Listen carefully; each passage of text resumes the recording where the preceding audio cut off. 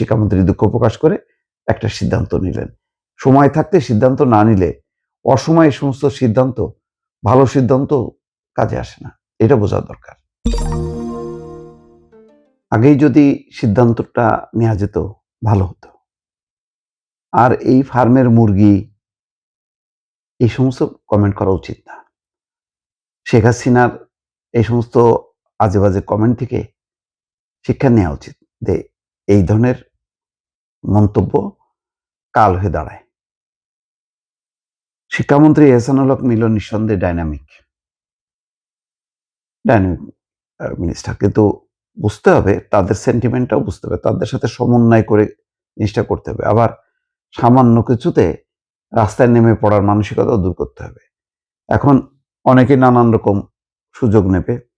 জুলাই একটা ভাব আছে মাত্র 2 বছর আগে, ওইটাকে টেনে এনে অনেকে পরিস্থিতি ঘোলা করার চেষ্টা করবে। তো সেই চেষ্টার সুযোগ কেন দেব?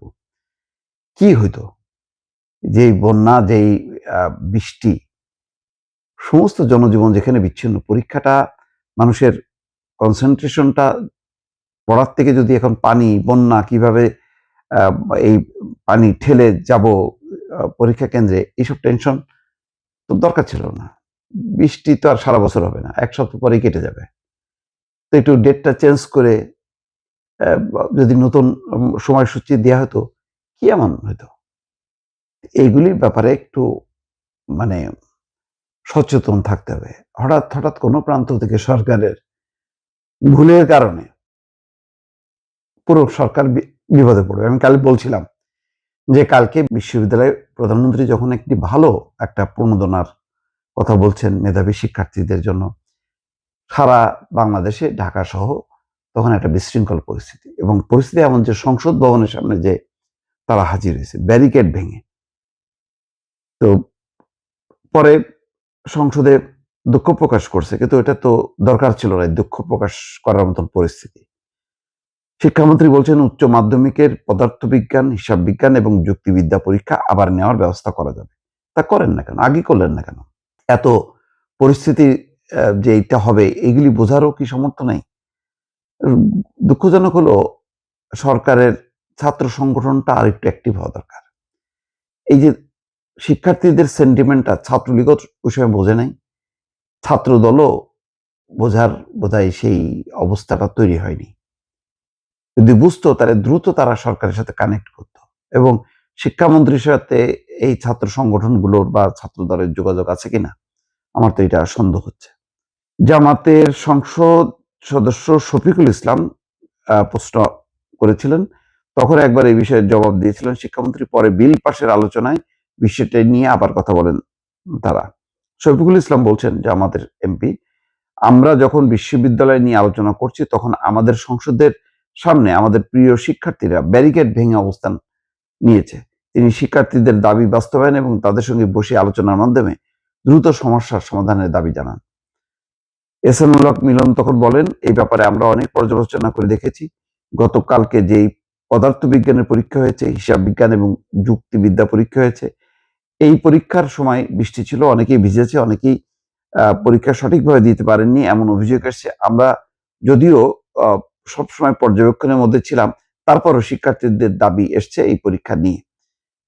শিক্ষামন্ত্রী বলছেন যে ইতিমধ্যে বন্যার কারণে চট্টগ্রাম বোর্ডের প্রতিটি জেলার পরীক্ষা বন্ধ করে দিয়েছি। আমরা পুনরায় পরীক্ষা নিতে হবে, সেক্ষেত্রে আমরা ভেবেচিন্তে দেখেছি চট্টগ্রাম বোর্ডের পরীক্ষা যখন নিতে যাব, পদার্থ বিজ্ঞানের প্রথম পত্র, হিসাব বিজ্ঞান, যুক্তিবিদ্যা, সেই সময় আমরা পরীক্ষাটি পুনরায় ব্যবস্থা করতে পারবো। তো কথা হলো, এই যে বিবৃতিটা একটা ঘটনাটা ঘটার পরে তারপরে বলা হচ্ছে, আগেই এইটা পর্যালোচনা করে তড়িৎ কেন ব্যবস্থা নেওয়া হলো না? এইরকম ডাইনামিক শিক্ষামন্ত্রী, তো তিনি এটা বিষয়টা বুঝলেন না, তিনি জোর করে কেন চাপাই দেওয়ার চেষ্টা? দরকার ছিল না তো। অহেতুক একটা পরিস্থিতি কেন তৈরি করা হবে? যেটা দরকার নেই সেটা কেন টেনে আনা? কারণ এই সুযোগগুলি তো অন্যরা নেবে, অন্যরা এগুলিকে উস্কায় দেবে। আজকে দেখলাম যে একটা শিক্ষার্থী ৭১ টিভির একটা কন্টেন্ট দেখলাম যে সে হলো ১০ম শ্রেণীর ছাত্র, সেও চলে এসছে। হচ্ছে এইচএসসি পরীক্ষা বিষয়, দশম শ্রেণীর একজন শিক্ষার্থীও সে জয়েন করছে, সে আবার স্বীকারও করছে আমি ক্লাস 10-এ পড়ি। এগুলি অনেকে অনেক রকম সুযোগ নেবে। এইগুলি সুযোগটা দেওয়ার আগেই সরকারের নিজের থেকেই সিদ্ধান্ত নিয়ে নিতে হবে চটজলদি, এবং এই ধরনের ওই মুরগির ফার্মের মুরগি এই মন্তব্যগুলি একেবারেই অনুচিত। আমাদের শিক্ষার্থীরা, হ্যাঁ কিছু অংশ আছে সেটা 10%, কিন্তু বাকি সবাই প্রচন্ড কষ্ট করে।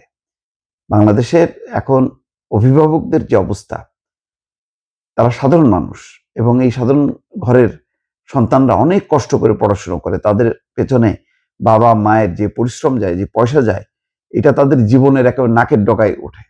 তো ফলে তাদের উদ্দেশ্যে এরকম মন্তব্য করা অনুচিত। এই বিষয়গুলো আহ, এটা নিয়ে আমি ভিডিও কন্টেন্টও করতে চাইনি। ভাবছিলাম যে শিক্ষামন্ত্রী বুঝবে এবং এই ধরনের পরিস্থিতি হবার আগেই তিনি এমনভাবে সিদ্ধান্ত নেবেন যাতে সবাই সন্তুষ্ট হয়, কিন্তু বিষয়টা তো তা হইল না। অনেক পানি ঘোলা হবার পর তারপরে জিনিসটা মানে শিক্ষামন্ত্রী দুঃখ প্রকাশ করে একটা সিদ্ধান্ত নিলেন।